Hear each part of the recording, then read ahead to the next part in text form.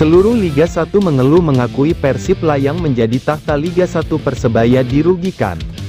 Wasit, bahkan legenda Persib memberikan komentar jika bukan hanya Persibnya saja yang dirugikan tetapi Persib juga dirugikan. Persib sangat untung tidak mengaruh ke bobotoh. Wasit pun mengakui jika pertandingan Persib melawan PSB Biak dibayar oleh tim-tim yang ingin menggeser Persib, ucap Tommy.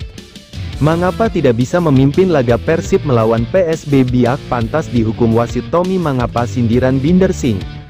Dalam konferensi pers pasca laga, Munster mengkritik keras kualitas kepemimpinan wasit, yang menurutnya menjadi satu di antara faktor utama kekalahan Persebaya.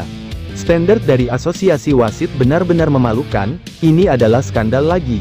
Sekali lagi saya berbicara tentang hal yang sama, tidak berubah, ucap Paul Munster. Pelatih Persebaya buka suara juga. Paul Munster nampak frustasi saat menjawab pertanyaan bagaimana persaingan dengan Persib dan Persija di papan klasemen Liga 1 tahun 2024 sampai tahun 2025. Persebaya mendapatkan hasil buruk dengan kalah dari PSS Sleman pada pekan ke-18 di Stadion Manahan, Solo, Jawa Tengah, Sabtu, tanggal 12 Januari tahun 2025. Tim berjulukan Bajul Ijo itu kalah dengan skor 1-3, lalu gol Dejan Tumbas pada menit ke-49 dianulir karena Bruno Moreira yang memberi umpan dalam posisi offside. Kekalahan itu membuat Persebaya masih berada di papan atas. Persebaya masih di posisi kedua dengan 37 poin, mereka selisih 3 poin dari pemuncak klasemen. Sementara Persib di posisi ketiga, Persija menempel ketat dengan 34 poin. Dengar, di babak pertama, saya sudah tahu Sleman akan memenangkan pertandingan ini, saya sudah tahu. Pertandingan sudah berakhir, kata Paul Munster setelah laga dalam konferensi pers di Stadion Manahan. Wasit tersenyum saat saya mencoba berbicara, hakim garis harus tidak tahu apa-apa, wasit keempat saya rasa dia tidak tahu apa tugasnya. Tapi kami bisa berjuang di babak kedua, kami mencetak gol pertama, kami terus melaju, pertandingan tertunda, pelanggaran, membuang-buang waktu, wasit tidak punya kendali. Kami berbicara tentang hal yang sama. Bagaimana kami memenangkan Liga? Persebaya tidak memenangkan Liga selama 20 tahun, sangat sulit bahkan untuk bersaing di Liga. Selanjutnya, Persebaya akan melawan Malut United pada Jumat, tanggal 17 Januari tahun 2025. Fokus selanjutnya ialah melawan Malut United di Kendang. Paul Munster menyinggung kinerja wasit yang merugikan timnya. Karena itu, ia terlihat frustasi bagaimana caranya Persebaya bisa memenangi Liga. Gol Persebaya dilesatkan oleh Bruno Moreira melalui sepakan penalti pada menit ke-59. Sebenarnya Persebaya mencetak 2 gol namun dianulir wasit. Gol Bruno pada menit ke-23 dianulir karena Kleberson dilanggar oleh Flavio Silva.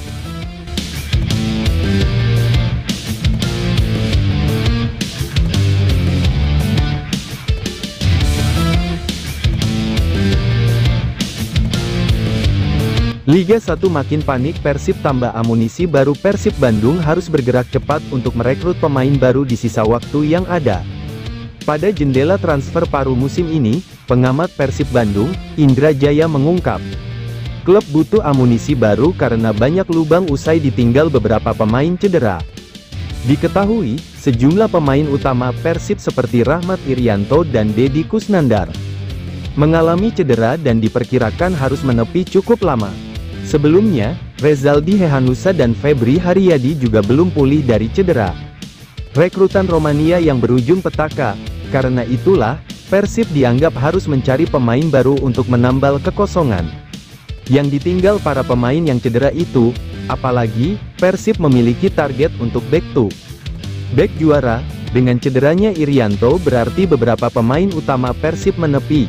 Jadi, penambahan pemain mumpung masih ada waktu sangat diperlukan untuk melengkapi, minimal menyeimbangkan skuad yang ada, kata Indra Jaya, Senin, tanggal 13 Januari tahun 2025.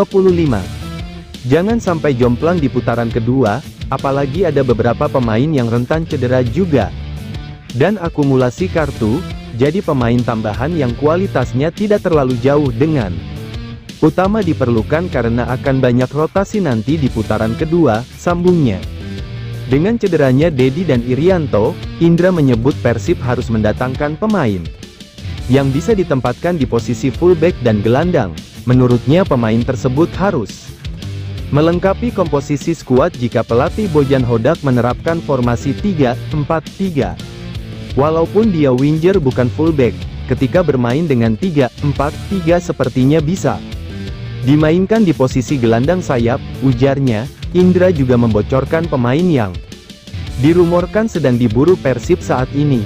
Meski tidak secara gamblang, menurutnya sosok incaran tersebut merupakan pemain muda yang bisa ditempatkan di posisi fullback kanan dan juga gelandang. Bagusnya ada satu pemain muda yang bisa main di flank dan gelandang, ada kalau nggak salah itu, pemain sudah jadi incaran, nggak tahu tapi deal atau enggaknya. Dia salah satu pemain yang bisa main di sayap dan gelandang, tutup Indra.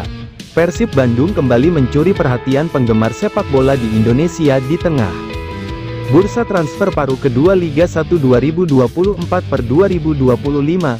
Rumor yang beredar menyebutkan bahwa Persib akan segera merilis seorang pemain.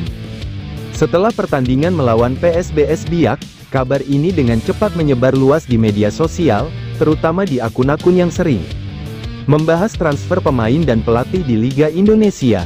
Di sisi lain, kabarnya Persib akan merekrut pemain lokal karena kuota pemain asing sudah terpenuhi. Umum Muhtar, petinggi Persib Bandung, secara terbuka menyatakan bahwa pihaknya berencana untuk memulangkan Freds Butuan yang kini bermain di Malut United. Diketahui, Freds Butuan pernah membela Persib Bandung selama hampir 4 musim. Insya Allah Freds mudah-mudahan bisa kembali lagi di putaran kedua, ujar Umum Muhtar. Ya gak bisa diperkirakan, mudah-mudahan 70%, insya Allah, kembali. Lanjutnya Freds Butuan, penyerang kelahiran Ternate pada tanggal 4 Juni tahun 1996, kini berusia 28 tahun, dengan tinggi badan 1,67 meter, dan kecakapan dalam menggunakan kaki kanan. Ia telah mengukuhkan dirinya sebagai pemain yang sangat diandalkan khususnya di posisi sayap kiri. Jelang penutupan putaran pertama Liga 1 2024/2025, isu seputar transfer pemain sudah mulai menghangat. Persib Bandung pun tak luput dari rumor seputar pemain. Salah satu nama yang mencuat adalah sosok Dava Salman. Pemain PSM Makassar ini berposisi sebagai bek tengah. Rumor soal Dava Salman ini bukan hal baru. Sejak Liga musim lalu berakhir, ia sudah dirumorkan akan digaet Persib. Itu tidak terlepas dari sosok Dava yang asli Jawa Barat. Ia merupakan pria kelahiran Tasikmalaya tanggal 30 April tahun 2022. Kemampuannya sebagai bek pun cukup baik. Hal itu membuat Persib dikabarkan tertarik menggunakan jasanya. Musim lalu, Dava termasuk salah satu pemain inti di skuad PSM. Total ia bermain 20 kali dengan 1559 menit bermain. Namun musim ini posisinya tergusur, lebih banyak jadi pemain cadangan atau pengganti. Bahkan, Persib sendiri saat ini memiliki sejumlah pemain berposisi bek tengah, mulai dari Gustavo Franca, Nick Kuiper, Kakang Rudianto, Matteo Kocijan, hingga pemain senior Victor Igbonnevold dan Ahmad Jufriyanto. Kehadiran Dava diyakini bakal membuat lini belakang Persib semakin tangguh. Apalagi, Dava tergolong punya pengalaman mumpuni bermain di Liga 1 meski masih muda.